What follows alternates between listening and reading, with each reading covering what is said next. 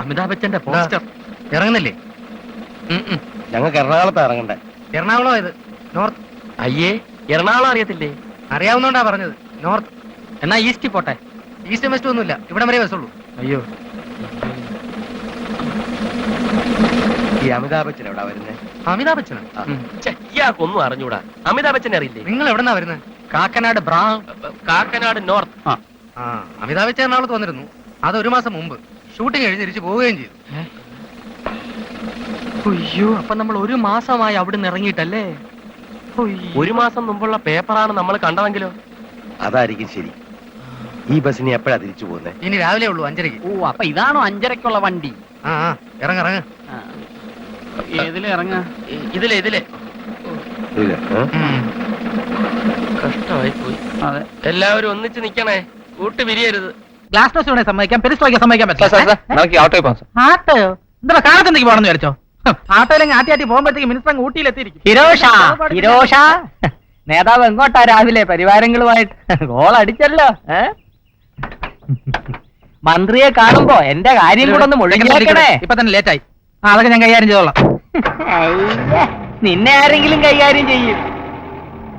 അസംബ്ലിയിൽ ആന കയറിയത് പോലെ ആയി പോകും നിന്റെ ജീവിതം. Hi hi Fifi darling. Hi Sudhu darling.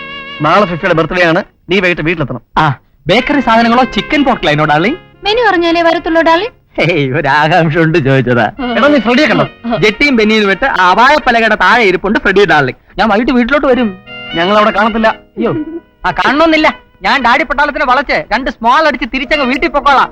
Okay, വരേ.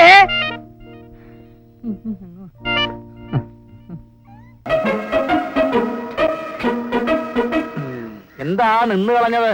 ഇവിടെ വല്ല ബമ്പുണ്ടോ? ആ, ഉണ്ടെന്ന് വെച്ചോ. എത്തേണ്ടടുത്ത് എത്തിയപ്പോ ഓട്ടോമാറ്റിക് ആയിട്ട് നിന്നു. ആ ലിഫ്റ്റ് ഓപ്പറേറ്റർ ആണല്ലോ. നിർത്തുകയും പിന്നെ പൊക്കുകയും ചെയ്യുന്നതൊക്കെയാണല്ലോ തന്റെ പണി. തൊഴിലിൽ തൊട്ട് സംസാരിക്കരുത്. ഓ, പറ്റിക്കാട്. എന്താ ഇവിടെ സംഭവം? ഞങ്ങൾ കുട്ടികളെ കാണാൻ വേണ്ടി വന്നതാ. ഈ പെങ്ങൾക്ക് ആങ്ങളയോട് പേഴ്സണൽ ആയിട്ട് എന്തോ സംസാരിക്കാനുണ്ടെന്നോ? ഈ പെങ്ങൾക്കും ആങ്ങളോട് എന്തോ പേഴ്സണലായിട്ട് സംസാരിക്കാനുണ്ടെന്ന്. വാടി വാടി, ഇളം തലയ്ക്ക് മുൻഗണന കൊടുക്കണം. കാലത്ത് തന്നെ വെറുതെ ട്രാഫിക് ജാം ഉണ്ടാക്കരുത് കേട്ടോ. കപ്പാസിറ്റിക്ക് അനുസരിച്ച് ആൾക്കാർ കയറാവൂ, ഇല്ലെങ്കിൽ പൊട്ടിപ്പോ ചത്തുപോകും. പുറത്ത് സംസാരിക്കാം. പുറത്തേക്ക് സംസാരിക്കാം. എല്ലാവരും കൂടെ ഇങ്ങനെ വേണം വെച്ചാ അങ്ങനെ അളിയന്മാർക്കും ചേച്ചിമാർക്കും എല്ലാം വിശദമായിട്ട് സംസാരിക്കാം. ഞാൻ ഇവിടെ തന്നെ ഉണ്ടല്ലോ.